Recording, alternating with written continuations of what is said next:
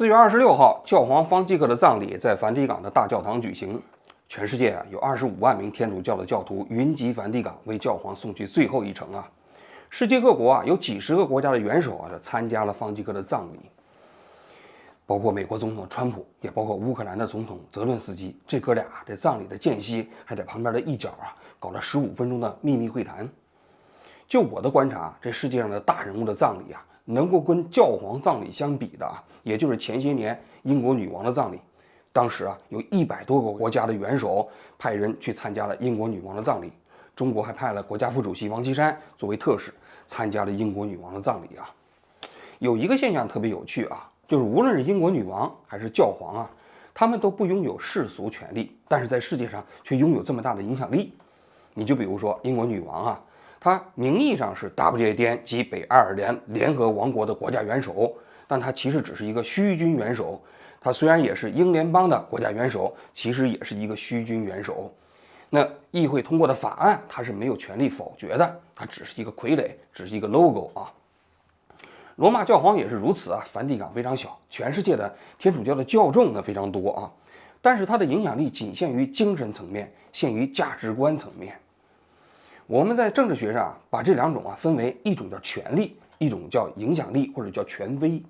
所谓权力呢，指的是一种支配的力量，比如说习近平拥有的那就是权力嘛，支配的力量嘛。比如说他要想打台湾，那谁能拦得住？中国肯定是没人拦得住，除了特朗普有可能能拦得住他其他人都拦不住你比如说他要把所有的反对党、反对派都抓起来，那谁也管不住，这就叫支配的力量。那什么叫权威呢？权威它不是直接支配的力量，它是一种软性的。那通过影响你的价值观，通过影响你的生活方式，对你构成的影响力。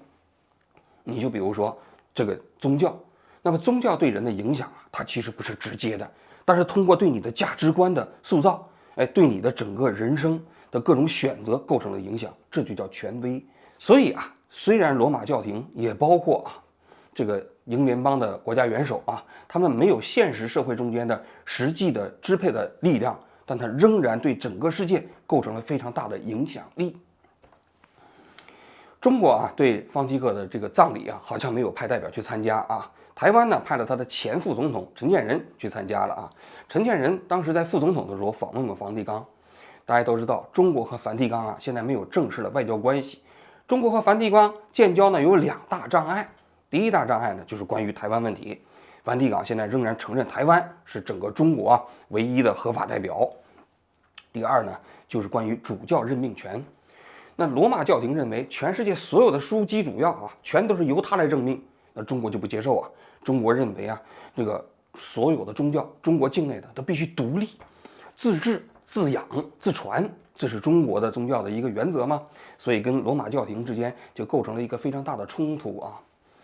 今天呢，我想就着方济各去世这个时机讲一讲中国跟罗马教廷自从1949年之后所发生的这种折冲反复的双方的这种斗争的故事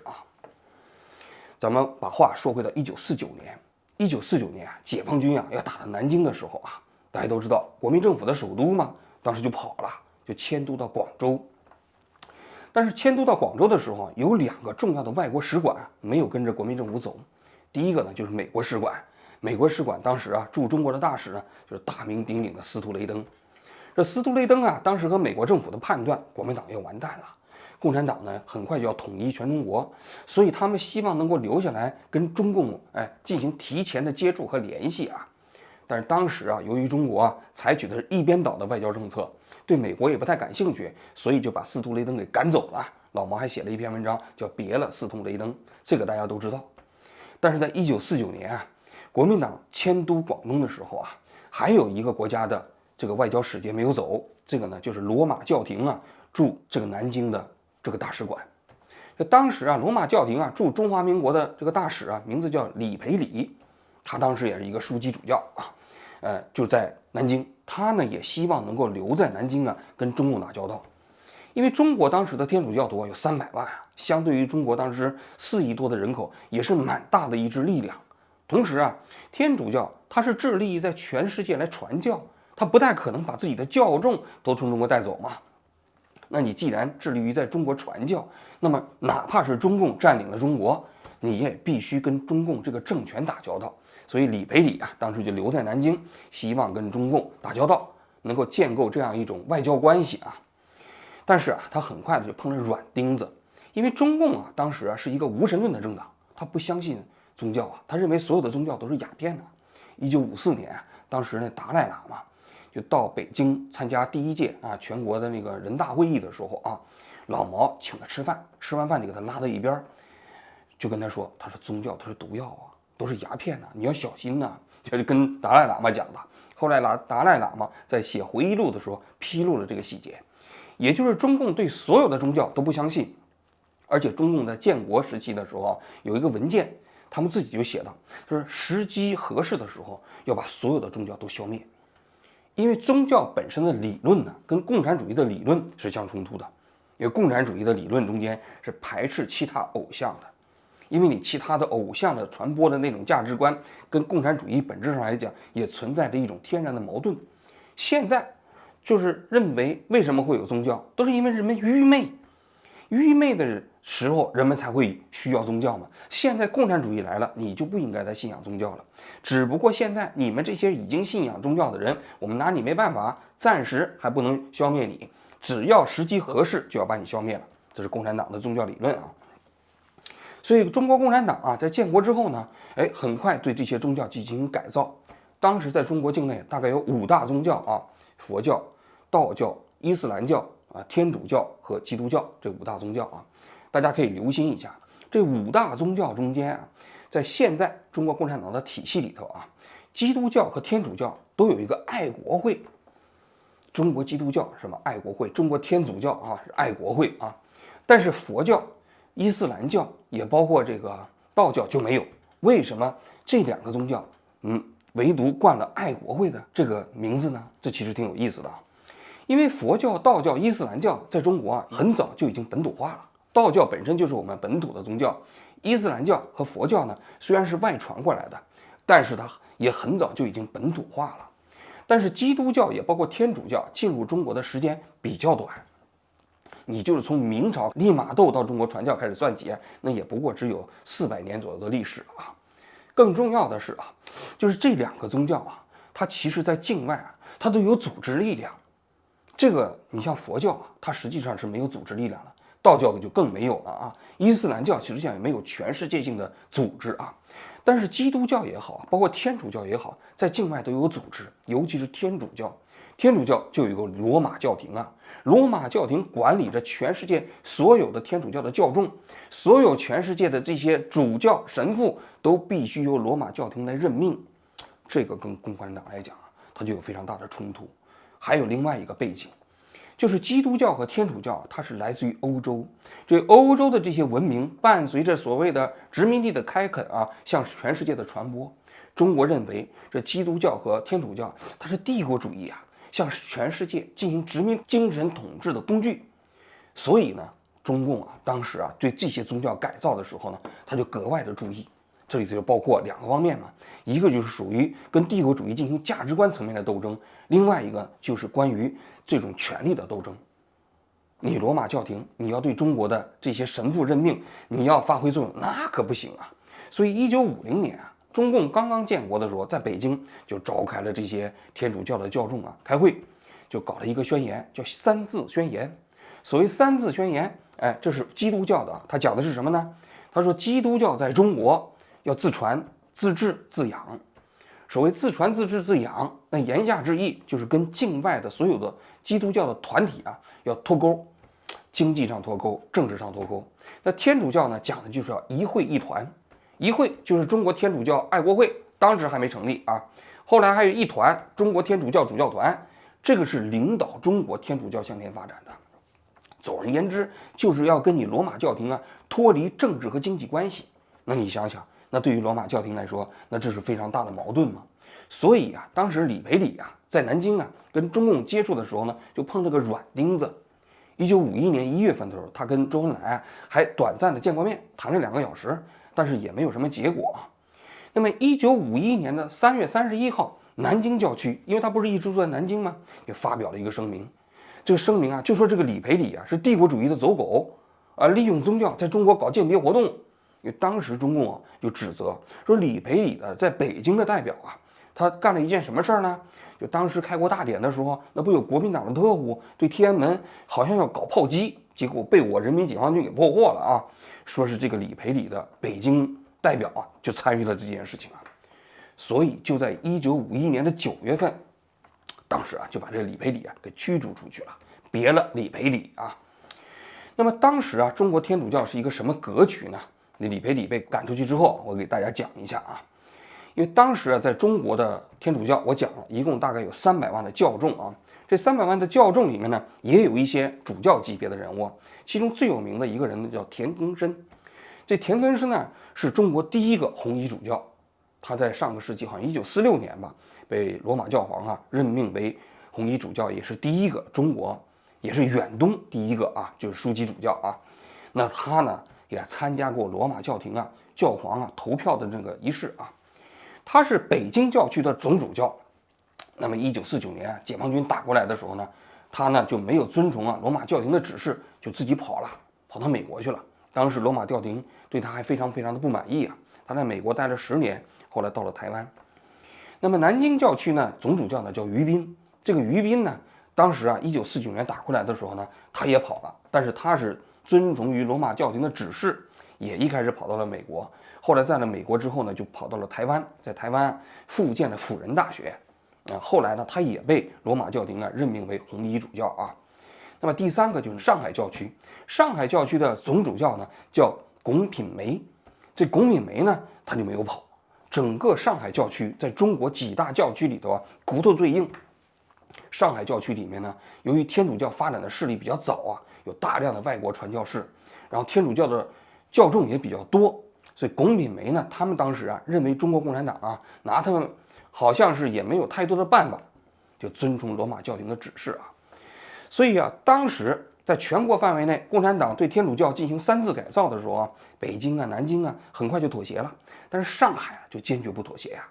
上海当时啊还有一个组织，这个组织呢叫做这个圣母军。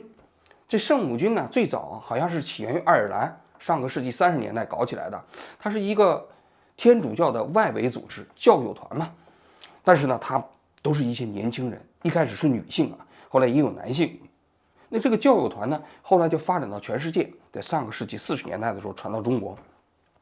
这龚品梅呢，对教友团呢非常上心，在上海呢，教友团的力量也比较强。建国之后呢，这共产党啊要对付这个天主教，他先拿这个教友团下手。这教友团有点相当于共产党的共青团啊，都是年轻人嘛，有心向往之啊，对天主教，他就要求这些教友团呢必须自己登记啊，登记完了你宣布脱离。那当时龚品梅啊就跟这天主教的教徒讲说，不妥协，不投降，不登记，就跟共产党对着干了。所以当时有很多这圣母团的天主教的教友啊，就被共产党迫害啊，有的就离开了上海，跑到乡下躲起来啊，等等啊。那么据说1951年10月1号的时候，那陈毅不是上海市的市长吗？还要求龚品梅啊去参加国庆观礼，这龚品梅就拒绝了，不去。那么当时啊，上海教区还有一个神父比较有名，叫金鲁贤。这金鲁贤呢，是45年还是46年到欧洲留学了好几年啊，50年的时候返回到上海。他返回到上海之后呢，他先去见了龚品梅啊这些大佬。当时龚品梅就问他，蒋介石啊，美国什么时候打回来啊？就是对美国和蒋介石啊，有非常高的期待啊。这金鲁贤就说，这些人不切实际，怎么可能打回来呢？共产党只能越来越强啊。所以他对龚品梅啊不去参加陈毅邀请他的国庆观礼呢，他还是有微词的啊。据说1953年的时候，上海市政府就找到龚品梅，就说你龚品梅就是幕后的黑手嘛，你是整个上海教区的总主教嘛。这龚品梅当时就讲，他生于斯，长于斯，将来也会葬于斯，他绝对不会叛国，他只是信仰天主教的教义。双方的矛盾呢就越来越尖锐啊。到了1955年的9月8号，这上海突然开始行动啊，就把所有的这些天主教的神父啊一下子全给抓起来了。据说9月6号的时候呢，这上海市的宣传部长到了北京，周恩来专门召见他，说你们都准备好了没有啊？ 8月份的时候，他们就开始在一个公园里设立了指挥部。为什么要拿上海开刀呢？就是上海这个地方的教区啊，骨头最硬，全国其他地方都软了，唯独上海拿不下来，所以最终准备通过这种直接的手段，把这些所有的不服气的这个神父全抓起来。所以9月8号这一天呢，一下子就把上海教区那个大量的神父啊，什么这神职人员全给抓起来了。据说一共抓了1200人，就包括龚品梅，也包括金鲁贤，也包括范仲良等等啊。这龚品梅被抓起来之后呢，就强迫他写忏悔信啊，天天对他进行洗脑啊。据说是到了第2年的年初，这龚品梅也写了几百页的交代材料。当时啊，这政府啊就组织他到上海的一个体育馆里头去开会，说他自己忏悔了吗？底下都是天主教的教徒啊。结果到了会场之后，这龚品梅对着大喇叭喊“基督万岁，教皇万岁”，一下子底下那些天主教的教徒就受到了感染鼓舞啊，也跟着喊“基督万岁，教皇万岁”。结果吓得这些共产党的官员赶紧把这个龚品梅啊就给拉走了。后来在1960年的3月17号，这上海市就组织了对这些上海龚品梅反革命集团的审判。这审判之前，据龚品梅自己回忆啊，上海市的总检察长还把他叫去了，就问你能不能脱离跟罗马教皇之间的关系，如果能脱离的话，教区还会还给你。龚品梅当时就说啊，他说他可以失去自由，也可以失去生命，但是不能失去自己的职责，掷地有声啊，为了信仰啊。那么共产党啊，对这个反革命集团啊，说是这个他们主要是叛国罪很重啊，说把他们抓起来之后就搜查嘛，说一共搜查了有2000多两黄金，然后有啊436美金，2万多块钱人民币，然后呢又搜到了2部电台，还有几把这个步枪，还有1000多发子弹。对龚品梅的定罪就是利用宗教外衣，勾结境外帝国主义势力，对人民政府进行颠覆，这就是叛国。所以最后呢，判决结果啊，龚品梅呢判处无期徒刑，剥夺政治权利终身。这金鲁贤呢，那一共是判刑20年，那范仲良呢也判刑20年。那么这几个人呢，后来啊都蹲了很长时期的监狱啊。这龚品梅就被关在上海的提篮桥监狱。据他的狱友回忆啊，他在监狱中间受到一点点的优待。什么优待呢？就一个人关在一个监舍里啊，他在1楼。这个监舍里面呢，据说啊，其他的这些狱友每天呢放风出去可以待半个小时，但他的那个监舍啊，平时不锁门。其他的那个狱舍啊，那个狱友们被关起来的时候，他出来在那监狱里头溜达。那毕竟是上海教区的总主教嘛啊。但是文革时期到了1967年，据说当时啊军管监狱啊，那军管的那个解放军啊来了之后不信邪，说这个人这个拒绝改造，天天说他信天主。他说既然你信天主，看你这个毛泽东思想厉害，还是你的天主来救你，就把他弄到这个冬天里，把他衣服都扒光了，就留一个裤衩，然后对他进行飞机铐。这什么叫飞机铐我也不太懂，肯定是一种酷刑了啊。铐了几秒钟，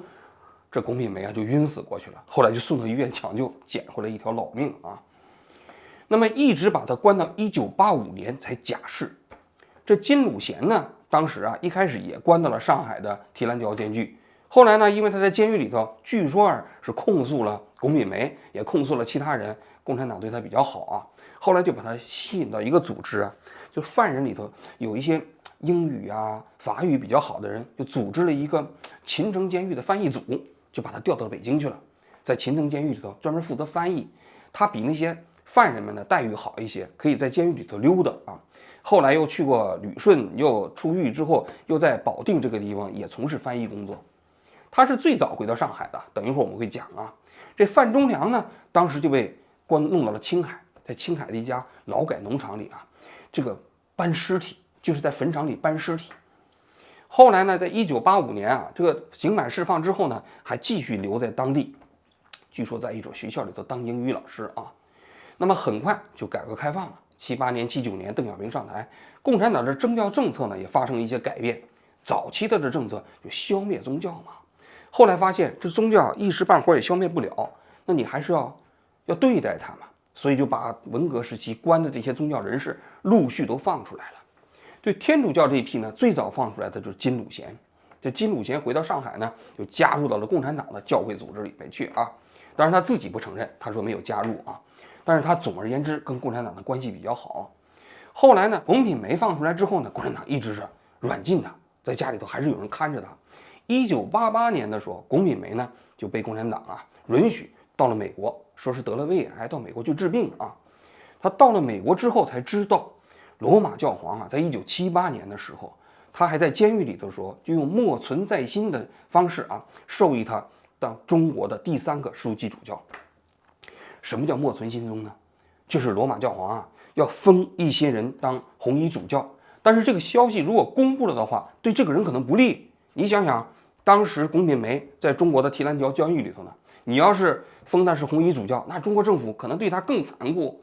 所以呢，他这个默存心中，就是说我封你做红衣主教，我也不公布，就存在教宗的心里他到了美国之后，1989年到梵蒂冈去见这个教宗，才被告知，1991年这个6月29号的时候，他到梵蒂冈接受这个红衣主教这个授勋的这么一个仪式当年他已经90岁了，据说他坐在一个轮椅上从轮椅上站起来，走到了教皇的这个脚下，跪在了地上，教皇连忙把他搀起来，把那个红衣主教的帽子戴在他的头上。当时现场有9000名天主教的教徒现场响彻了7分多钟的掌声，表彰这个龚品梅在中国共产党的监狱服刑了30年，这种不屈服的精神那么这个范仲良当时从青海回到上海之后呢，他没有跟共产党合作，慢慢的在上海就形成了一个地下教会，所以在上海那个地方就形成了2个政权主教。龚品梅当时到了美国之后，名义上他还是上海教区的主教嘛，但是范仲良呢被任命为副主教，也就是助理主教，而这个共产党这边呢就任命了金鲁贤作为上海教区的政权主教。后来2000年龚品梅去世了，他去世的时候就说，共产党下台的时候，他还是移葬回中国。那么他去世之后呢，按照罗马教廷的任命程序呢，范仲良就是上海教区的政权主教，所以在上海教区呢就形成了2个政权主教。这在中国呢就被称为2个教会，一个是地下教会，一个是共产党控制的这个所谓的爱国教会这2个。其实金鲁贤呢跟范仲良2个人关系还不错但是这2个教会之间的冲突那可就大了所以进入到新世纪之后，全国范围内在天主教的层面就分成了这种所谓的这个地下教会和共产党控制的一个3自爱国会这3自爱国会呢，罗马教廷不承认；那地下教会呢，中国共产党不承认，而且对这些地下教会的教众神父呢，那也经常进行各种各样的打击。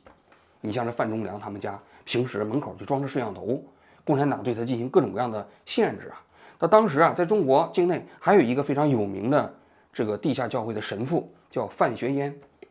这范学淹呢，他是这个保定教区的神父后来呢，他被这个中国大陆的地下教会的人呢推举为中国大陆的主教团的团长，那就相当于整个中国教区的总的这个主教后来共产党呢就把他抓起来，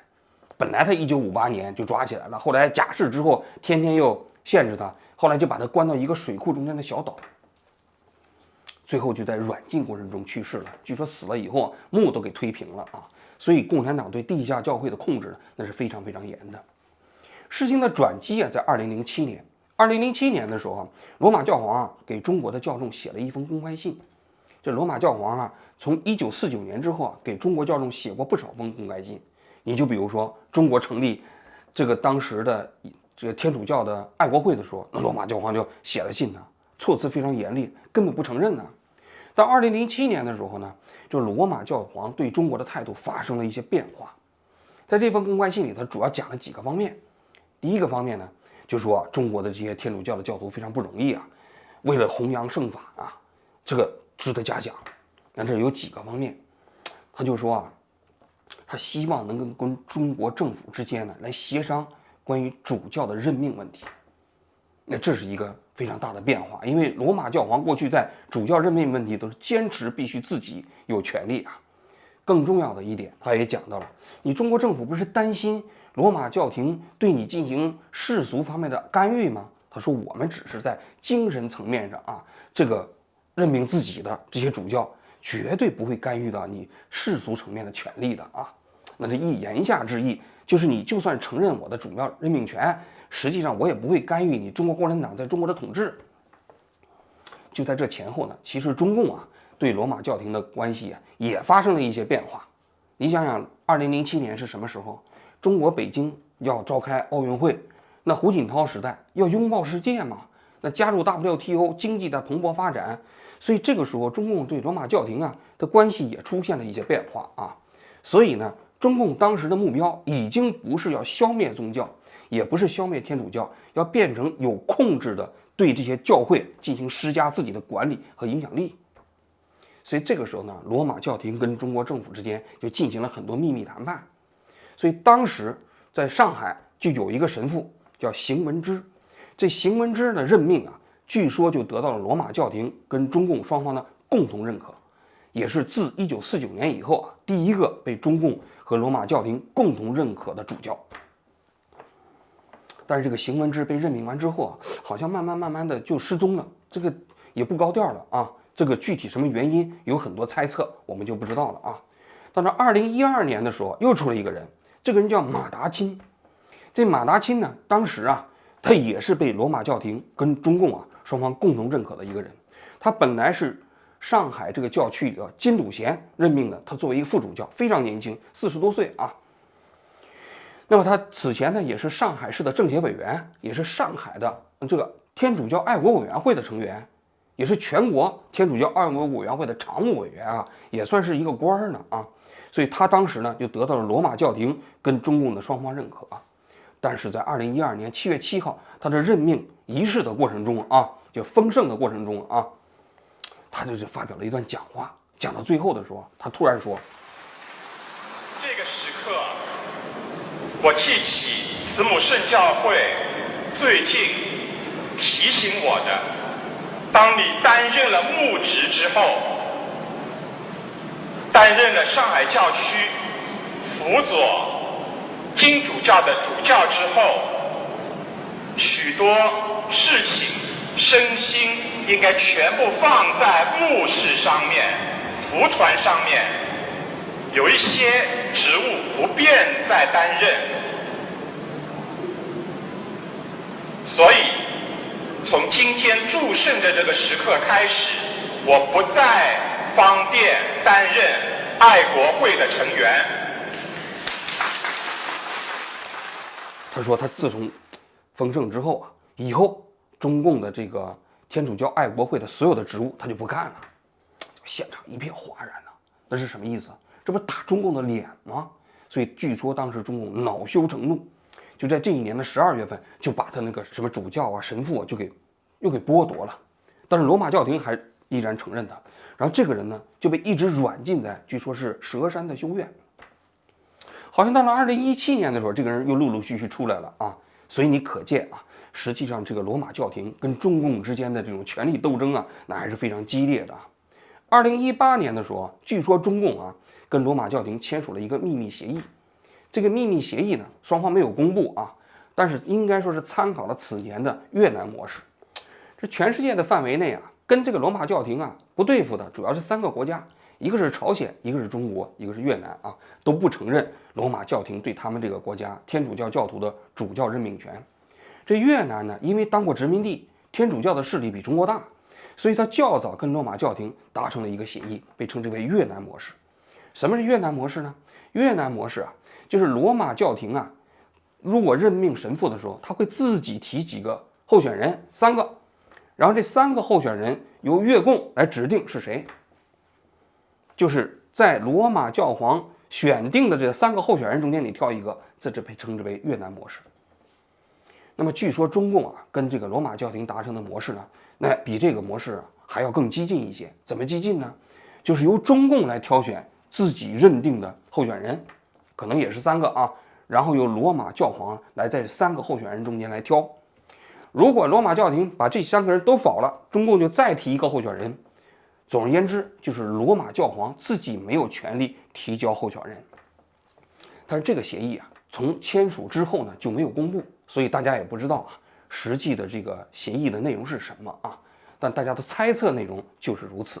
这个协议一开始就是2年有效期，后来又签署延期了2次，现在呢这个期限呢也延期到了4年。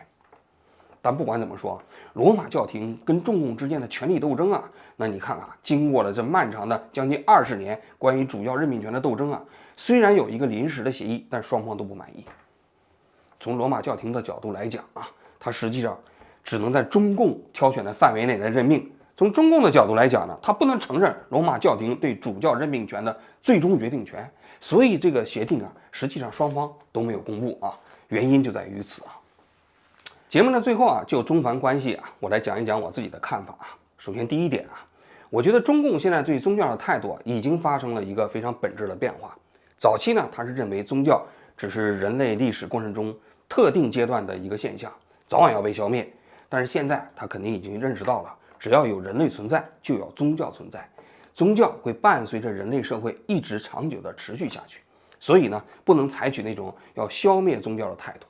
这第一点。第二，就中共现在对宗教的态度基本上就是那种通过自己的政权来控制宗教，让宗教不要影响到自己政权的合法性，不要威胁到对他自己的统治。大家都知道，1991年东欧当时巨变其中有一个非常重要的原因，就是天主教当时对共产党的反对势力的支持。你比如说波兰波兰当时团结工会就得到了天主教罗马教廷的支持当时共产党要抓这些团结工会的会员的时候，这些团结工会的那些头头就跑到了天主教的教堂里。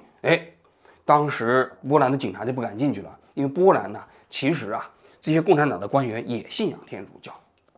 所以共产党对天主教也包括其他的宗教对他政权构成的这种威胁是非常警惕的。那么这个威胁呢，实际上也包括2个方面，一个是价值观层面的，因为共产主义本身呢，它跟宗教是相排斥的嘛。因为共产主义它那套历史决定论，它是认为所有的宗教的那种创世论这个来世论跟它都是有本质的冲突，所以共产主义内在价值观上跟宗教先冲突，这是一个层面。第二个就是共产主义本身呢，它作为一种权威，它跟宗教之间也存在着一种争夺。你信仰了天主教了，你同时信仰共产主义，你听谁的呀？那你搞不好就听教皇的了，就不听共产党的了。所以这个也是非常危险的，所以它面临着2个方面的争夺。但是现在大家都知道，共产党这个政权它也逐渐世俗化了，也没人信共产主义了。你说现在习近平信共产主义吗？显然不信了所以在世俗化这个层面上，他认为宗教对他的威胁已经降低了。但是在另外一个层面，由于他这个政权本身它来自于一种论述，我过去讲过很多次它不是民选的，所以呢，他对来自于价值观层面的政治权威，他仍然保持一个极大的警惕。因为人信了天主教，他有可能对整个共产党的这个独裁体系，他也有微词，尤其是在整个政治统治的过程中。所以在这个层面上，他对宗教仍然要保持着一个非常强大的控制力，这是共产党统治的需要。从这个角度来讲，你说中国和梵蒂冈关系会不会改善在我看来，在未来相当长的时间内，恐怕还是难以有非常实质上的突破。好了，我今天就讲到这里，谢谢大家。